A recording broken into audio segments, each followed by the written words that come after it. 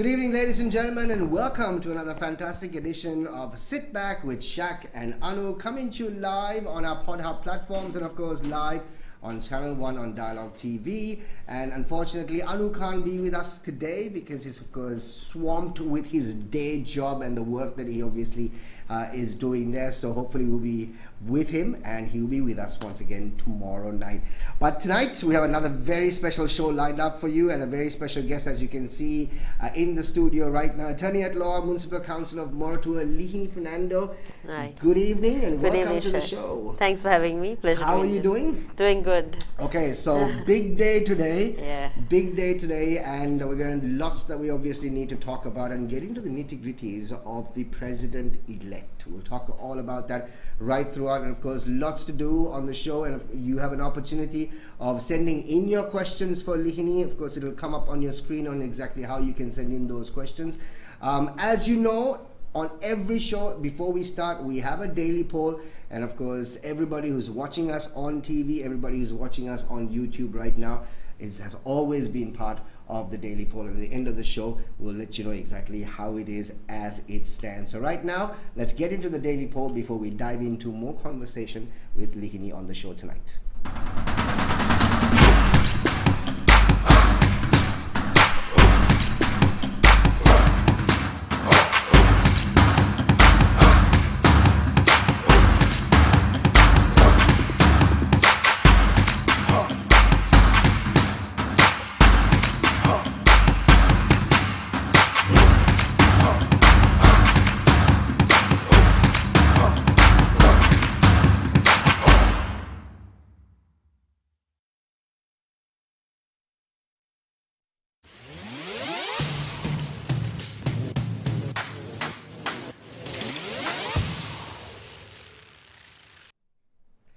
Right, our daily poll for today. It's a historic day in Sri Lanka. The parliament has just elected the 8th executive president of Sri Lanka, and we're going to get into that. And this is your poll for tonight.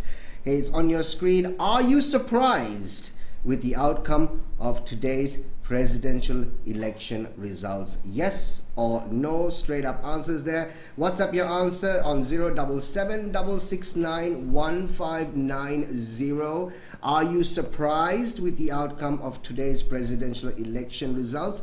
Yes or no? WhatsApp your answers to 077 669 1590. We'll have the answers, we'll have the results at the end of the show. Lihini, I think that's a pretty good question for us to actually start off. Yeah. Are you surprised with the results for today? See, if we've analyzed the outcomes of what happened yesterday in terms of who and the parties that pledged support to Mr. Dallas Salah Peruma and how the shift was happening, it looked like he had the numbers.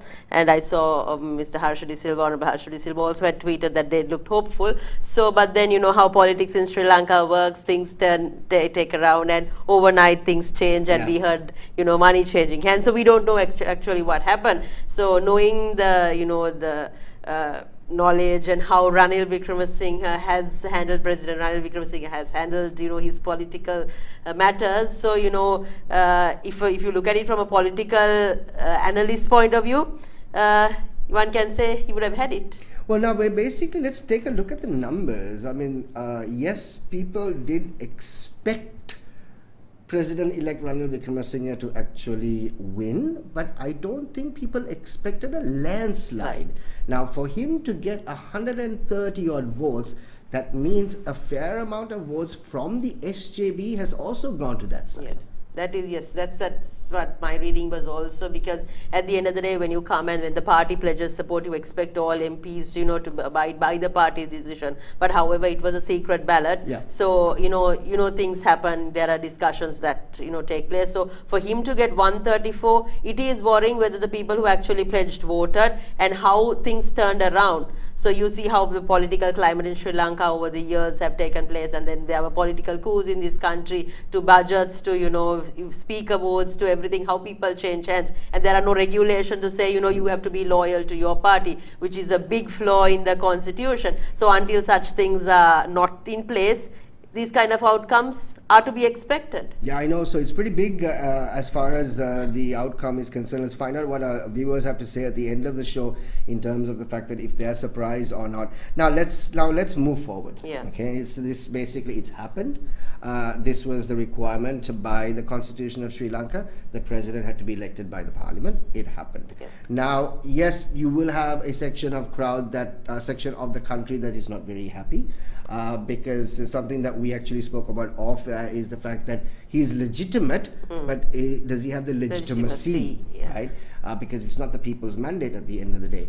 Yet, we need to move forward. Exactly. So what do we do from this point onwards? See, if you look at it from the manner it was how he was elected, yes, it is legitimate. But then, if you look at the sentiments of the people of the Aragalaya, they rejected Ranil Wickremesinghe because he was labeled to be one of the allies of Rajapaksa. So the purpose of the Aragalaya was not just to oust Gotabaya Rajapaksa, but also, they rejected the entire Rajapaksa, to the crony capitalists, to the nepotistic family rule, to everything. Right. So then they didn't want Ranil Wickremesinghe to be their proxy, to be their ally, to kind of continue the same politics. That is what was simply rejected. But now going forward, I think, we have a huge economic crisis in the country, and that needs to be addressed, and that is of paramount importance. See, we don't have petrol, we don't have gas, we don't have medicine. So many construction workers, 1.2 million have lost their jobs. Small to medium employees, some industries are actually crippled. And, these are serious issues. People's livelihoods are threatened, and we see education, children not having school for a month. So, life needs to come into normalcy, and whoever who sits in that position, that is their duty. But I don't say that it will be an easy ride. Even for him, it won't be an easy ride. If he fails to deliver, people again will be on the roads questioning, are you actually fit? And it can even result in another Aragalaya. But right now we need to to take the country forward, as we've been saying right throughout. Consensus is the way forward. Consensus-based government, consensus-based cabinet, where everybody can come to one table to discuss policies and to take the country forward. That is what so can the president do that? He has to do that. He has to take the consensus, and he has to take the respect of all parties. I think in his speech today, he invited the opposition leader, all parties to join hands. So I think, he needs to give fair amount of positions to everybody in that cabinet. It can't be just the Rajapaksas alone, that everybody needs to be given, and everybody must contribute. See, what politics in this country has been all about, rhetorics and speeches and all that. But they need to deliver, because at the end of the day, the 225 out there, they are representatives of the people. People, give them that position to work and show their capabilities to deliver an outcome for the people of this country, not just to be political rhetorics and, fantastic speeches. So they need to go beyond whatever they say out there. Can they come into a particular table and deliver? So I think, it is the duty of all parliamentarians to contribute, and then we need to go in for an election and then go for a mandate. Now, obviously, the current parliament clearly knows the power of the people. Yes. They've also faced the wrath of the people. So because of the last so many years, they've been basically playing around and going ahead with thinking that no one's going to question them. That's stopped at this point. So now the president-elect has also requested an all-party government. He's actually thrown it out to all parties to come and join. Yet we still do see certain parties and party leaders still playing politics. Can we, at least now, is there a way for us to shed the politics and move forward? Because if you really see now, there are particular political parties in this country who control certain segments. You see, if you really take now, people say Aragalaya, certain parties control, and there are certain parties that controls the unions, and there are certain parties that controls the university students, the unions there. So now if you are to going to reforms. Now, what we really need as a country to make the right reforms. To do these reforms, you need consensus from people at the ground level. So, actually, those parties can contribute towards bringing that thinking, which the country is which is required. Now, as we rightly said, right now, Sri Lanka to come out of this crisis, you need to make certain reforms, and reforms in every sectors, like to election reforms, to restructuring of state-owned enterprises, to making loss-making entities, how to make it profitable. If you have to go in for restructuring, rehashing of organizations, all that needs to happen. So that only can happen in a very consensus-based government, because at the end of the day, say Ranil Wickremesinghe and his cabinet brings in these changes, and people at the ground level oppose, will not get anywhere. So this is why it is important that you have all these people around the same table, so that you can discuss, agree, and develop the right policies for the country. How do we move forward? How does President-elect basically decide on bringing the parties in? And obviously he also needs to make sure that there is a proper cabinet which is properly represented by all parties. How does he move forward? So ideally, I think he needs to invite, say, if the cabinet, whatever the number is, if he's going to restrict to 15 or is it going to be 20, he needs to give certain offer positions to parties, say, the SJB this much, TNA this many. So likewise, so that it's a collective cabinet versus, being skewed to the ruling party. So ideally, it will have to be a proportional base, because the ruling party has the majority in parliament. So, right. But he'll have to come up with a certain formula of giving everybody equal positions, and then even ministries, allocation of ministries, if he's going to go in for state ministries, which I don't think is required at this moment. Right. You can just limit to the cabinet and a few secretaries and get the immediate reforms done. Because right now it's not about fancy ministerial portfolios or having so many taglines or anything like that. It's about getting the job done. It's about refixing the economy and doing the reforms. And I think the first step, honestly, of course, tomorrow evening, I think he's taking oaths as the president tomorrow. Yeah. I think the first thing that is required is for him to appoint the Prime Minister. Prime Minister, yes. Now, there are so many names that have been tossed up and down as far as the Prime Minister is concerned, but I mean, if it was up to you, who would you think that he should ideally basically appoint the Prime Minister role to? So, as per the Constitution, the Prime Minister is the one who commands the majority in the Parliament. So, we know the majority is vested with the ruling party. Right. So, he needs to, he's the supreme person in the Parliament, and if you bring the 19th Amendment, then the President will be a supreme person, Prime Minister will be a supreme person. So, he needs to have that, acceptance in the Parliament. So ideally, it has to be somebody who can, manage everybody's perceptions and be that particular person. Ideally, it might be somebody from the ruling party, but it would be nice to see somebody who is not from the ruling party if we are going for a consensus-based government, because as we earlier said, the ruling party has lost its legitimacy. People Right. don't want the ruling party because they are the ones who are directly responsible for the economic mess. Right. So why not we consider somebody not from the ruling party and maybe, give ruling party cabinet positions, Right. but the Prime Minister be from the opposition. So if the Prime Minister role is actually offered to the opposition leader, do you think that he will take it? Because clearly there is no love lost between the two of them.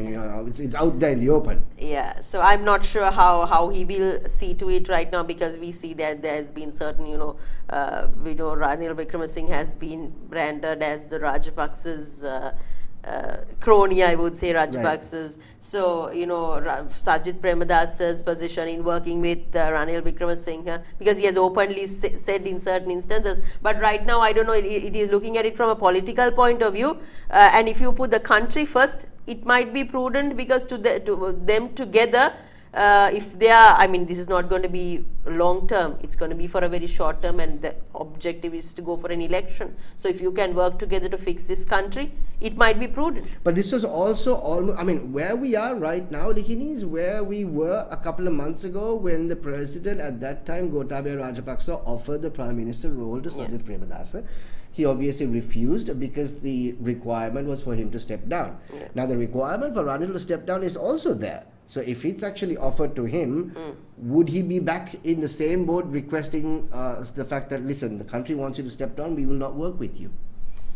See, it's a catch-22. It's a catch-22. It depends, because I mean I cannot answer for him how the working cabinet, working committee of the party will see it, because at the end of the day, whether he wants to work with a person who is rejected by the people, or is it that, you know, whether he will work for a short term to make sure that you fix the country and fix the economy. So are we going to take the people's interest at heart, or is it, you know, Sajid Premadas always has been a very principle-centric individual, where he said, you know, that I want to make sure that we govern it in a principle-centric manner. So it's up to him and how he sees his role being played. Okay, so now let's talk about this. Now, in terms of the president-elect Ranil Wickremesinghe, of course, he needs to take the country forward. Yeah. Now, there's so much pressure on him at the moment. Clearly, there's going to be some very, very difficult decisions and harsh decisions that need to be taken. Definitely. Again, he's going to be in the firing line to be taking all these decisions. I mean, if there is a short-term requirement at the moment, what are the areas that he will address right now? So ideally, he needs to abolish the 20th Amendment, repeal the 20th Amendment and bring in the 19th Amendment, which he said a few days ago, because we saw that 20th Amendment was a piece of legislation that actually created so much chaos in the country. We saw President Gotabaya Rajapaksa not being accountable to the parliament, the fertilizer crisis, to the tax cuts, to even pegging the dollar to 200 and, you know, causing 4 billion USD losses to the country. All that you can attribute to the 20th Amendment and he being a superpower. So the 20th Amendment needs to be repealed, and you need to bring in the 19th Amendment, or a 19 plus, I would say, which would be far more progressive, and bring in that accountable president to be working with the Prime Minister, in consultation with the Prime Minister. And also how you bring in these independent organizations or independent commissions, like the Audit Commission, to Bribery Commission, Human Rights Commission, all these commissions, the Procurement Commission, all of these, how do you make them independent bodies and give them that autonomy to work? So that is I would say, that is important. Then you need to go into making the right economic reforms in terms of, you know, we see the balance of payments, the imports and exports, the gap has been so vast. And in terms of our debt, you have sovereign bonds that we take, and, you know, it's not like a planned scenario. Right. So how do you take the country forward? Debt restructuring has to be another thing. And in terms of earnings, is it the three main things, or are we going to open the country into to the world, and are we going to go in for more liberalized economy? So that is that. Then if you take out the state-owned enterprises, we have about 400 odd state-owned enterprises in the country, which are actually loss-making entities. If you take the key things, the Ceylon Petroleum, the Sri Lanka Ports Authority, the CEB, then the Sri Lankan Airlines, the Satosa. Now these are all loss-making, most of them are loss-making entities, and if you take the cadre in these sectors are quite high in numbers. So are you going to restructure? Are you going to lay off people, or are you going to send people on VRS? What is the strategy going to be? Are you going in for public-private partnerships, or what is it? Is it for privatization? Then how do you manage the union? So these are very hard decisions that you have to make. And also you take the government sector, we have about 1.5 million government servants, which has been sort of, we saw Mr. Basil Rajapaksa coming and saying that at one point saying that the state service is a burden to the country. So how are we going to manage this? And you can't just send off people. So then, how do you, so these are very hard decisions that he has to make to put the country right, and also in terms of the debt scenario to the earnings. So these are the hard decisions that he has to make, which might not be popular politically. Right. But which is right for the country. And also we have the ethnic issue in the country, the Northerners, and we see the TNA having their demands. So how does he manage that? We see the state workers, their wages being at, not being increased for years. So there are concerns. And if you take women and children, their security is a concern in the country, where, the welfare of the people is not looked after. And there's no proper social security mechanisms in the country. I can go on. I know, I can see that. I can go on and, but then what I just told you was like the immediate things. Right. And rule of law. Yeah, You very can't have a important. country with rule of law, the independence of the police, the functioning of the police, the judiciary, the independence of the judiciary. These are important. And people accuse that the Rajapaksas have siphoned off certain amount of money from the country. Right. Are you going to take action to bring them back? Are you going to charge them? How are you going to institute, open up a forensic audit in the country? There are Pandora Papers which people talk about. Is he going to start investigations on this? People are watching. Right. At the end of the day, you and I want to live in a country where there is rule of law, where there is no corruption, where the leaders who sit in those chairs are accountable to the people of this country. Right. That is what you expect, because it's enough of politics, it's enough of political drama, and it's enough of politicians taking the people of this country at ransom. People want a good life and a rightful life to live in a just country. So the politicians have to deliver it. And now, but something that you obviously did point out, the fact is the bringing back the 19th Amendment. Yeah. Now he's obviously openly said it that he's bringing back the 19th Amendment, the Yeah. president-elect. So by him saying that, clearly he's going to lose majority of the powers. The Prime Minister, of course, is going to be accountable to the Parliament, Yeah. and Prime Minister is going to be the individual who's going to be controlling everything. So picking the Prime Minister when he plans of bringing back the 19th Amendment is going to be a very, very, very important decision. Yes. I mean, so in terms of trying to pinpoint that right person, because once he does bring back the 19th Amendment, President-elect really has not much of a role to play. So it's almost like I'm washing my hands off now. It's your job. So I need to actually find the person who's actually going to do the job. Is that the kind of person Ranil Wickremesinghe is? So knowing Ranil Wickremesinghe, I mean, he's a legal. He comes from with that legal background. Right. And then, the 19th Amendment he brought in back in 2015, which was a very progressive legislature. So he can bring in the same act, same amendment, where the president will work in consultation with the Prime Minister, so that they have to work together.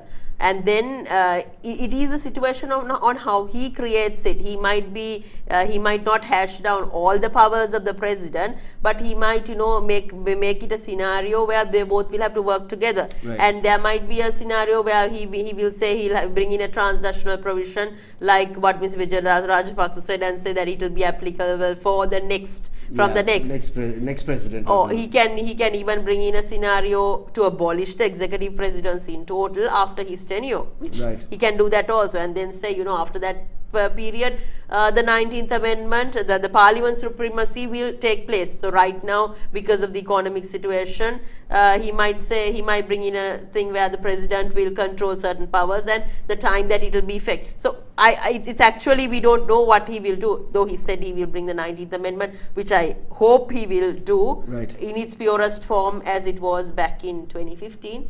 But you never know, you can introduce a transnational provision and say, it will be effective after. That's what they always like to do. Once they obviously, everyone talks about abolishing the executive presidency when you are not in the seat. Yeah, transitional provision. Sorry. Right. Yeah, so when you're not basically sitting there, but once you do sit there, you know exactly the amount of power you have. And with the 20th Amendment in place, but I think he is one person who has respected the law, who always wanted the independent commissions to be in place, who brought in the Right to Information Act. So I mean, we hope that he will, bring in this governance structure into place, which is actually required for a country. I mean, that particular position, a person sitting with the legal knowledge and the ability to work on the constitution towards the benefit of the people is what is required, and doing the right reforms, which we didn't see from Mr. Gotabaya Rajapaksa, though he had the 20th Amendment. With all that, he failed, which was actually questionable. Now, when you're looking at the president-elect, and of course, when you're looking at the stuff and what you just mentioned, there are a fair amount of things that he has to do to start off with. What really would be his stumbling block? One, of course, clearly is going to be the Aragalaya. Yes. Now, the Aragalaya have actually come out in public just today and said, listen, this is going to continue till Ranil Wickremesinghe is basically sent home. This is going to continue. So that is on one side. Apart from that, what really is going to be his stumbling blocks to start making these changes for the country? See, the people will always question whether he is the legitimate. Do they have a choice? Right now, they don't. Right now, because right now the parliament has elected them, so we have to accept it whether we like it or not. Right. So your question going back to saying whether the Aragalaya will continue? No, so Aragalaya will continue, so that clearly will be one of his stumbling blocks. Yes. But obviously, what are the others in terms of, because like you said, very harsh decisions will be made, very difficult decisions will be made, and unpopular decisions will be made. What would be his stumbling blocks to make those? See, anyway, sitting in that chair right now is not going to be an easy ride, right? Because the economy is in shambles. So how he manages the Aragalaya and whether he will win over the Aragalaya is a question, because I mean you highly doubt whether that will happen, because they have clearly rejected him from the outset. So how he will go about managing the perceptions of the people is a question, because right now what you need to understand here, people are looking for a system change. People are not just going to be satisfied by just getting the gas, which politicians think, okay, let me quickly fix all these things and then people will get back to normalcy and we will no longer protest. But right now people are not there. People want system change. Right. People want this whole 225 out. People want right leaders. People want leaders who are honest, accountable. They want their representatives to be clean people. They don't want deal-making politics. Right. You are rejecting the system in total. So in this rejection, there are many people that they reject. They reject the Rajapaksas, they reject Mr. Wickremesinghe, they reject all the other politicians also. So they are fighting for this system change. So anybody who comes in, it won't be an easy ride. So they have to make sure that they also take into account the perceptions of the Aragalaya, which I think is fair from a citizen point of view. You don't want your politician using you each and every day. So I'm just going to basically give you a breaking news which just came in just a minute ago. Occupying the President's office, Prime Minister's office under the guise of engaging in the people's struggle is illegal. Legal action will be taken against such people, according to President Ranil Wickremesinghe. Right. What do you have to say? It just came in. So it's like this now. If you take, he's doing it as per the law. If you take it, I mean, those are public property. So he is using the Public Property Act, and then he is using the provisions of the Public Property Act. There's actually a saying, you play the game, you play it within the rules. So that is what he's doing. He's playing it within the rules. So, but protest, you have your legitimate right to protest. The Article 14 of the Constitution says your right to dissent. It is a fundamental right. So obviously, the Aragalaya can continue in different forms. Right. Okay, don't occupy the President's office, don't occupy the government buildings, which are public properties, but let's continue in an innovative way of protesting. So now, going back to exactly the Public Properties Act that you're talking about, which was also there when President Gotabaya Rajapaksa was, why did he not enact that and of course use it against the Aragalaya? Because I think, his rejection was way bigger. Okay. His rejection was not just people, but, the system, even the people who voted for him. He was rejected. The Rajapaksa family was rejected. And he was like a stumbling block in terms of taking the country forward. Nothing he did was working right for the country. And even internationally, they said as long as the Rajapaksas sit in this particular position, we are not going to look at Sri Lanka. We are not going to assist. So it was political stability needs to be achieved. So for political stability to come into place, he needs to go. Right. So his leaving and he being ousted, actually he being kicked out, was the need of the hour. So even if he brought in all these legislatures and even if he tried to use, it would have all backfired on him. Now the Aragalaya obviously from day one have been asking for a system change. Yes. Now obviously also sometimes that having conversations with individuals and so about the Aragalaya and about the system change. Honestly, the system change needs to happen from the bottom. Yes. Clearly, by asking your top to leave doesn't mean that the system obviously changes. I think they also know that. Now, can the system change within the constitution, or are they actually? I mean, you've worked with the Aragalaya very closely also on the legal point of view. So, can the system change within the constitution as what we have, or are they looking at a completely constitutional change in the system? See, system change means a lot of things. System change starts with the people change. Right. Attitudinal change, knowledge change. In Sinhala we call it Chintanamaya Viplava. So it's like a revolutionary in your thinking, rejecting this crony politics, rejecting welfare politics.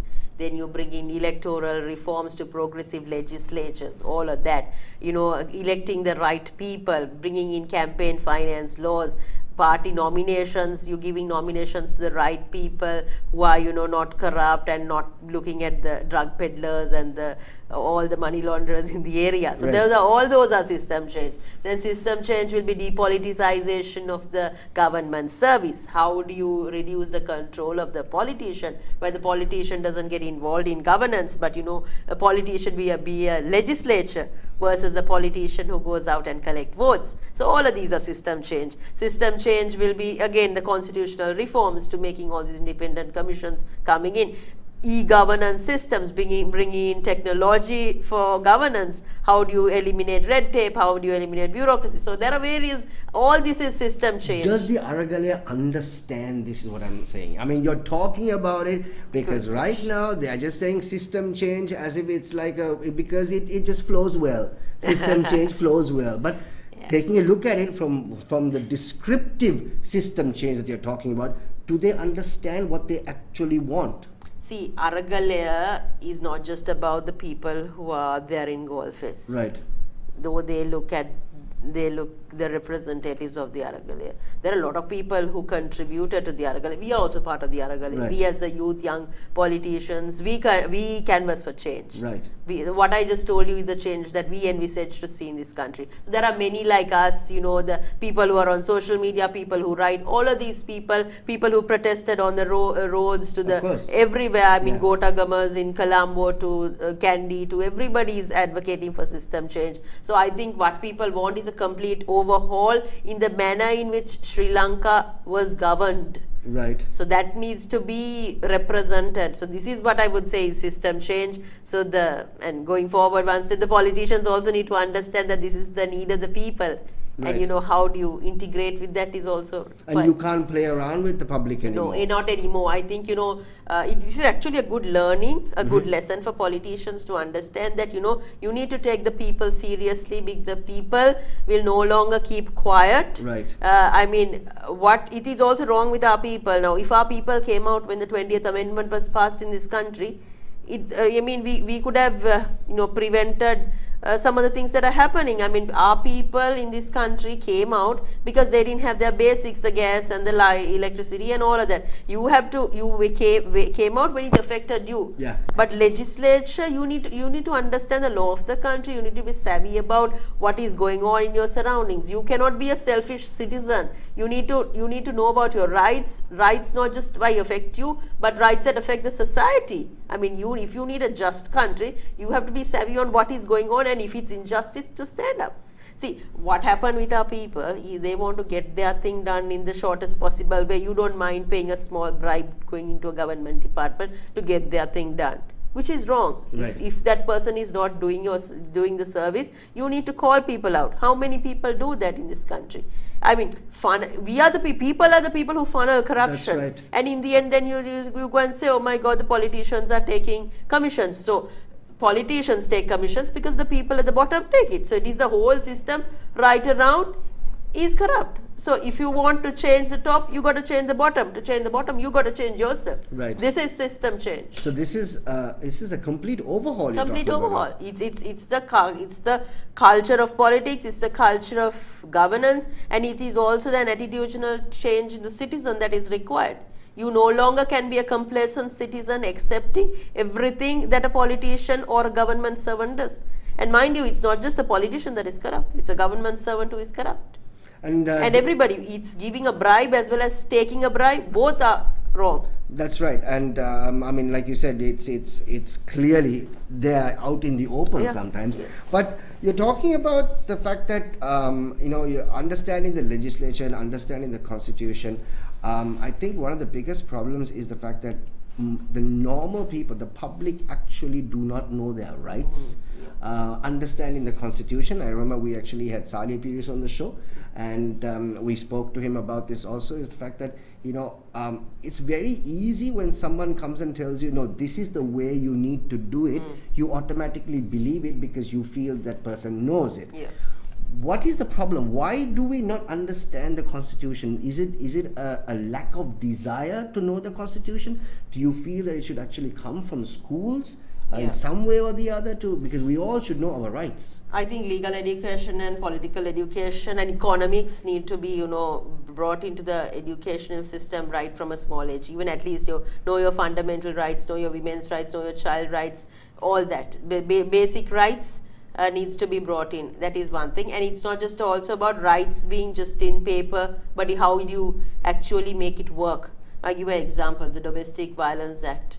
It is there in legislature, but when it comes to actual implementation, there are so many issues. I mean, if a woman who is domestically abused, for her to go and lodge a complaint, how our police is so receptive to taking a complaint. Right. Do we have the help desk? Do we have the safety homes? So safety homes to look after a woman who goes and complains. At the end of the day, you will go and complain, and when you go for a complaint, the police says, look, these are your family problems, you resolve it and come. Right. So our perception towards the legislature, how the legislature will be operative. So these are so many avenues that you need to address. And also, like, if you go to a government place to get your work done, how do you get it done the legal way? So these kind of things, there can be a lot of citizenry education. There can be pressure groups, there can be bodies that are implemented to educate the citizen. When you go to do this, these are the do's, these are the don'ts. So the checks and balances, not just, at parliament, within the three organs, but checks and balances, transparency, accountability. I mean, you go to Singapore, you see how, you go to other countries, you see how the system is implemented. The system takes over. Yeah. Here the system doesn't take over, it is very people driven. Right. I'll give you a good example. In the municipal council we work, municipal council, it's all about knowing the person to get something done. Yeah. You don't need to go to the municipal councillor to get your the street bulb fixed, or to get your garbage clean, or if your roads are not clean, it's like you need to call the municipal councillor. The councillor uses his connections to get it done. Isn't it the case anywhere?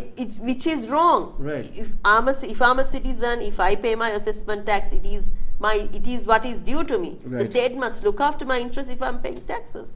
You and I pay taxes, but has the state kept their end of the bargain? Right. No.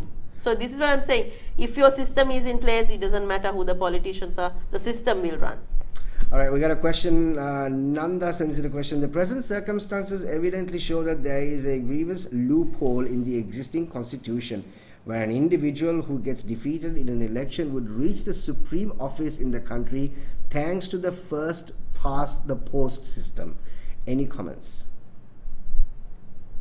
Defeated in an election, I believe he's referring to the present. That's right. So he thinks that obviously there's a loophole in the existing constitution, but I suppose when the constitution was clearly written, no one ever thought. These are not planned situations. I mean, if you take the legislature doesn't address every nook and corner. I mean, the law is written, but these are unprecedented circumstances that have arisen. Right. I mean, I saw the numbers of the presidents that were elected. It said millions, and you see Mr. Wickremesinghe is 134 votes. Right. So I mean, but also he was also, as per Article 40 of the Constitution, he was elected. Right. So the Constitution, the law is written, but circumstances change. So right. then that is what you say, law evolves. Yeah. So it evolves, and next time you say, for you to be a president, you have to be from the mandate of the people. At least you can put a clause next time to ensure that a situation like this will not arise. Doesn't happen. Now, the something that the opposition has been echoing for the longest time is the fact that it's not one person who can actually come and change this. Obviously, you need a group of people. Now, SJB say that they have the group that actually can bring this forward, and with the president-elect at the moment, he is with the SLPP, which also failed as far as the government is concerned. So this is where the call for the national government comes into play. So in terms of the right group being a part of it, it's also going to be a pretty big headache to get the right people involved in this. Yeah. So that's it. If you open it out to be a all-party government, and as I said earlier, offer cabinet positions to people of all parties, and then elect the best people, offer the positions. I mean, I think it can be a name calling, saying so and so take education ministry, so and so take the finance ministry, law and order, foreign ministry. So you can earmark people who are capable, who can actually deliver. So which I think is what should happen. SJB clearly had said, it was not just about one individual, it's about the team. We have the right team who has the economics, the finance, to people who have worked, performed, delivered, so that they will be able to. I think Mr. Wickremesinghe needs to have his cabinet with an all-party government with representing all, and also I don't think certain political parties should shy away either. Right. They all must come in and contribute. Yeah. And then we need to go in for an election, probably resolve this within 6 months to 1 year. Clearly, you need to go in an election because this particular parliament does not have the mandate. So he doesn't have to actually stay. It's not mandatory that he needs to stay out the 2-year term that is. No, president with his parliament. Right, parliament. Okay. He will continue for the 2.5 years. Right. Okay. Unless Aragalaya comes and questions him and tries Right, another thing, right. but he has a term of 2.5 years. But then the parliament, Right. 2/3 is not clearly out there, because the 6.9 million people itself are the people who rejected. So Right. we need to go in for election, but not right now, because the economy needs to be fixed. Sorry, economy needs to be fixed, and we need to go to the reforms and do the right changes, and then go in for an election. Now, in terms of the SJB with today's, clearly the numbers would be shocking because that's not what was expected. Would it look upon as a defeat to the SJB as such, even though the opposition leader was not part of it? He was obviously in alliance. Would they look upon this as a defeat, even though they had their hopes up high? See, I think Mr. Sajid Premdas at that point took a bit, which I would say a bold step in terms of championing the needs of the people. That's what he rightly came and said, that the Aragalaya people, everybody had one common goal and one common enemy. So they wanted to make sure that you unite to defeat. So that's what they did. And had SJB run alone, wouldn't actually have the numbers. Because SJB, it's highly doubtful that SLPP will support SJB. So I think, from a party point of view, I think they can be satisfied that they made the right decision. But if you look at it from a people's point of view, people can say, he could have run and he could have contested. People can say, this is politics at the end of the day. There are different opinions, different schools of thought. But I think from a party point of view, they wanted to make sure that the decision is concentrated on one person, and we make sure that everybody votes for him to win. So obviously there's lots that we're going to look forward to in the next couple of days or so. It's some exciting times, so to say, for some people, and but everyone also does say that things are going to get tougher. I don't know what is tougher than what we're actually experiencing right now. But then this is only the tip of the iceberg. So this is going to result in social issues. It's going to result in job losses. Clearly we see a lot of people are losing, industries are closing down. Construction industry, 1.2 million workers are out. That is one issue. Then the small to medium industries, they are going to get affected, because there are certain industries that cannot function, and we see lot of small-time entrepreneurs not having jobs. And because all of these are interconnected, if you don't have the petrol, the industries that work with everybody, basically, you can't function a country without petrol and gas. Then you see the tourism, the hotel industry, people who are working, then the tour guides, so that entire chain is affected. So, then it's going to come into a lot of job losses. Then we will have a food crisis because of the fertilizer issue that was brought in. Right. And so then it's going to result to that. And within rising inflation, the rising number of cost of living, right, food prices.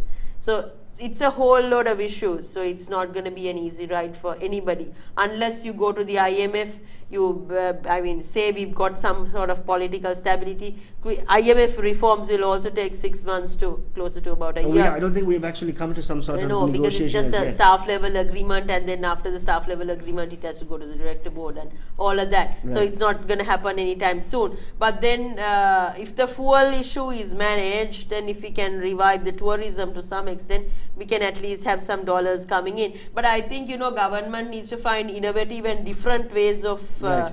I don't know, whether crowdfunding, whether that is, I mean, I'm just throwing something out of the world, whether that or, think out of the box. Think out of the box. Like, you can also look at knowledge-based industries. Right. Because here, Sri Lanka, there are so many knowledge workers in the country. Like things like, I mean, if you take India, it's a knowledge hub. How can Sri Lanka be a knowledge hub? Right. The opening of BPOs, KPOs, legal process houses, LPOs to the country, and how do you concentrate it on knowledge workers? So these are different avenues, tech-based industries, different avenues that they need to think of getting those dollars in. So this is a complete restart as far as the country is concerned. Definitely. You can't depend on tea, rubber, coconut, and the foreign remittances and just the tourism. That's all we've had. Right. We need to look at new, and even like manufacturing is not in the immediate run, but long run we need to manufacture and have a competitive advantage as a country. Right. I mean, see, we are an island nation, no? We are an island nation with so many resources around, but I don't think any leaders have thought through on how to develop Sri Lanka as a hub or as an entity to have its own identity. Yeah. We've always been either a proxy of India or a proxy of China. Everybody is trying to take Sri Lanka, but we don't understand our worth and our value. Now, it's easy to obviously start pinpointing and pointing fingers at the politicians. Yeah. Because obviously they're the easiest ones to actually pinpoint and say that you are also at fault. As far as citizens are concerned, we are going to be facing some very, very tough times. How can the citizens help to actually mitigate this issue without sitting in a corner and whining about it? Yeah. How can we obviously also help the economy up? Because the citizens right now are swimming against the tide. Yeah. It's a given, but clearly everyone has to do at least maybe 5% extra of what they're doing right now. So it's like, what is our new normalcy? Somebody will have to probably define what our new normalcy is. There's a certain lifestyle that we lived in. Can we go live within the same lifestyle?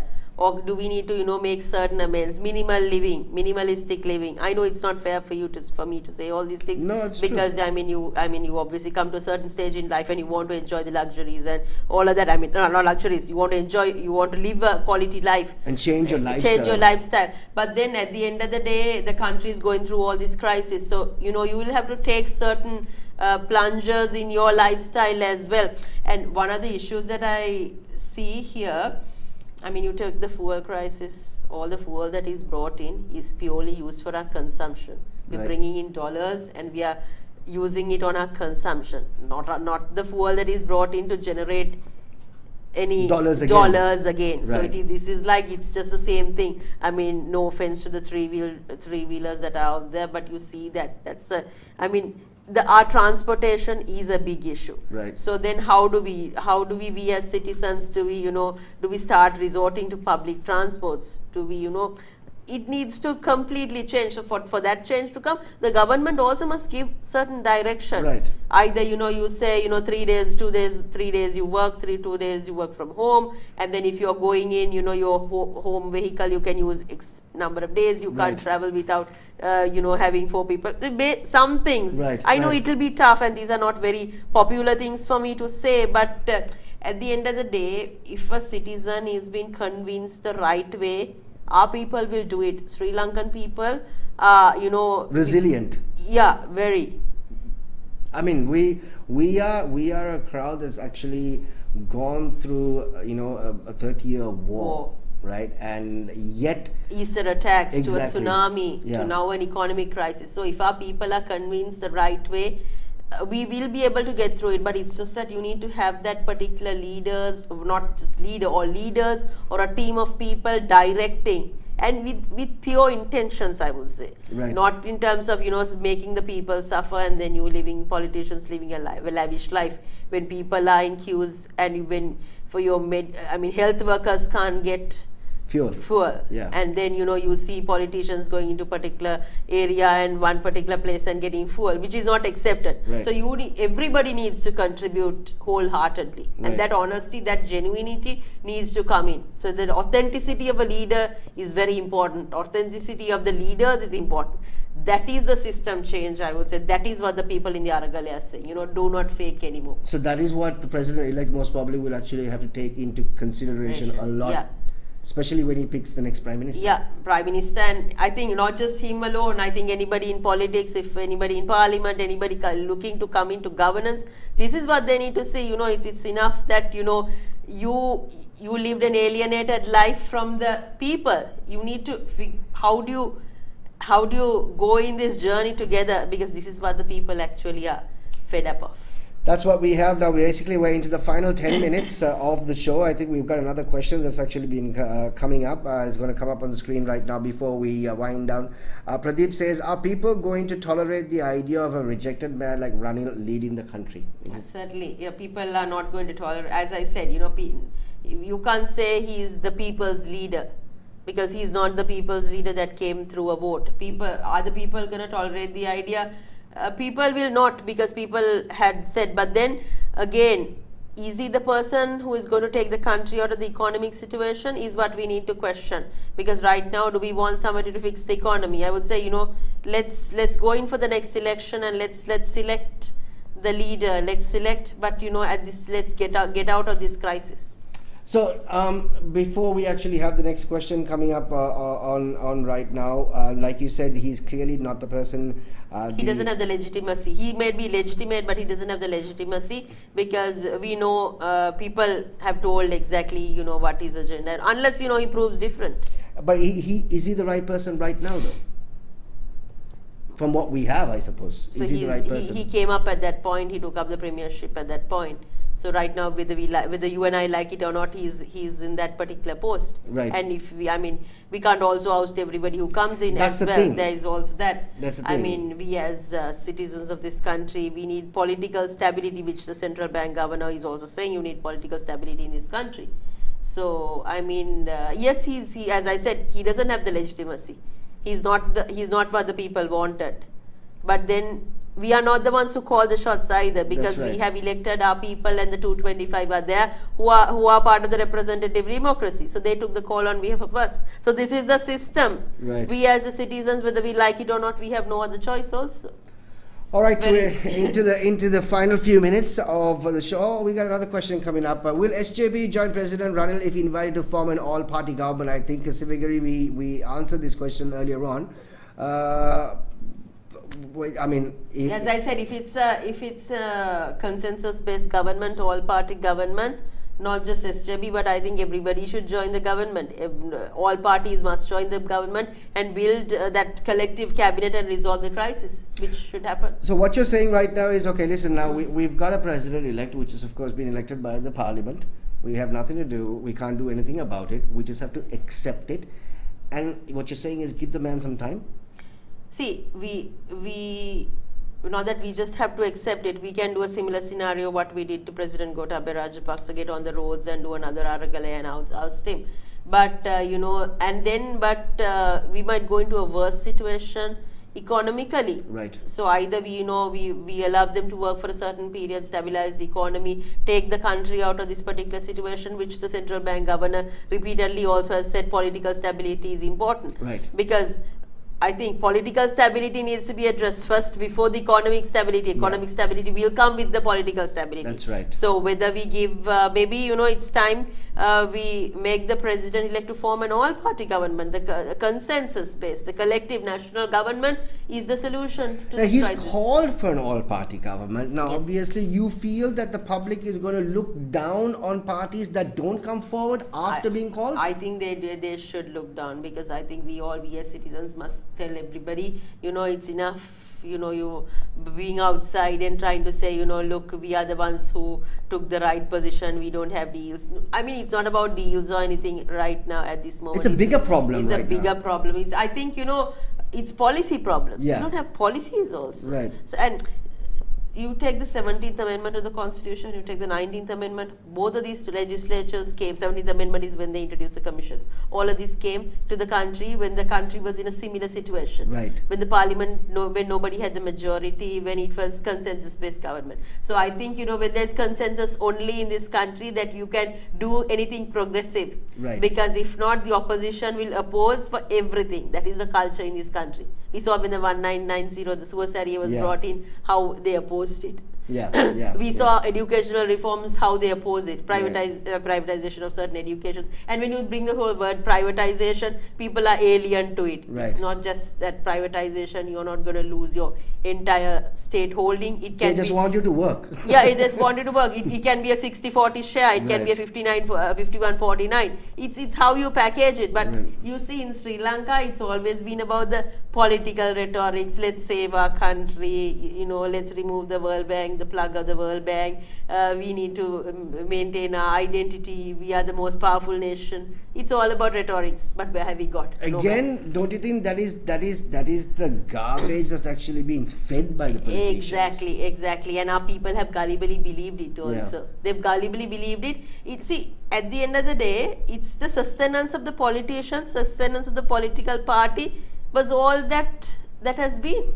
Right. So the people also is been, we need the leader who is all the macho man who dress and oh my God, that is our leader who is the king. But do you want a king to be your leader? You want a person with knowledge, honesty who will deliver for you. The thing is, I think one thing that I suppose we don't seem to necessarily understand is the fact that we're always looking at the urban sector. Urban sector is minute compared to the rural that actually has the biggest and the largest number of votes. Now, as far as they're concerned, they just need 3 meals on the table. They don't need too much. They don't need a car. They don't need to get around. They just need a lifestyle that they are happy with. Now, they don't have other problems, and those are the individuals you can actually feed this garbage to. So the politician also knows. That's why you see their voter bank is secured and sealed as a deal. Right. So they know that whatever they do, even if they rob or even if they break chains or even if they have bars or license or illegitimate, they will, politicians say, we look after our people. Right. Even the politicians will make sure that they get their if there's a funeral, that they get their tents and the chairs and all of that, everything. The people know their leader has been that. Right. So that is the culture, the welfare political culture in this country. So this is what I'm saying, that the whole narration of who you give your nominations to, the amount of money that you spend on an election. If you regularize all these things, then you will invite different people to come in. And I also must say that women representation in politics must also increase. And what is the problem? Why do we have issues with women representation in politics? What is the issue? See, one of the main issues is the politics in this country. Politics in this country is like a lifestyle.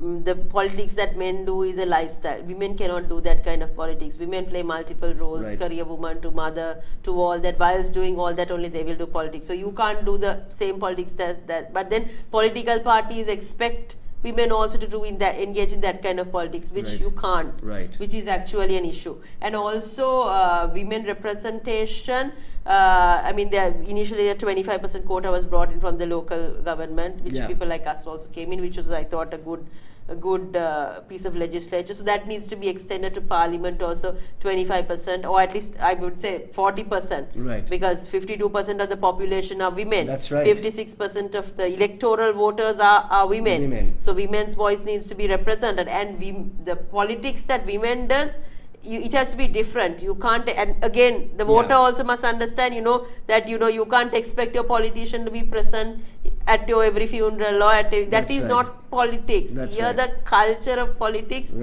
is the issue. Right. Can go on. We certainly have. I mean, unfortunately, we're almost at the end of the show. We just got ourselves about a minute to go. I can't even understand how an hour actually flew by. With so much we spoke about. But I think it's about time for us to actually get into the answer to the poll that we obviously had for you earlier on. We'll have the poll for you. Are you surprised with the outcome of today's presidential election results? Yes or no? This is for all our viewers who are actually watching us on Channel 1 on Dialogue TV, and also everybody who's watching us on our pod platforms on YouTube and also on Facebook.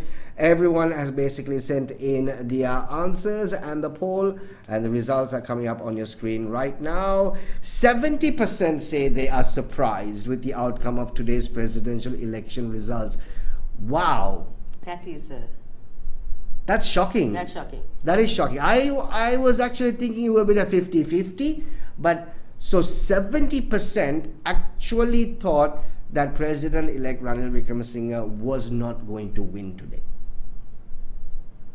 So I guess the politicians' reading, so you understand, this is a good learning, how the politicians' reading versus the general public's reading. So the general public thought the Aragale's sentiments will be represented in the parliament, which was not. Which was not. So then now you clearly see a dysfunction between the Aragale and the parliament. So it is clearly parliament is about them, their agendas and their sustenance versus people's interests. So does the parliament have the legitimacy to continue is also another question, and should we go in for a next election is also a question. Interesting, lots of interesting stuff. Lihini, thank you so much for being a part of the show. Pleasure being in discussion with you. Absolute wonderful to have you on the show.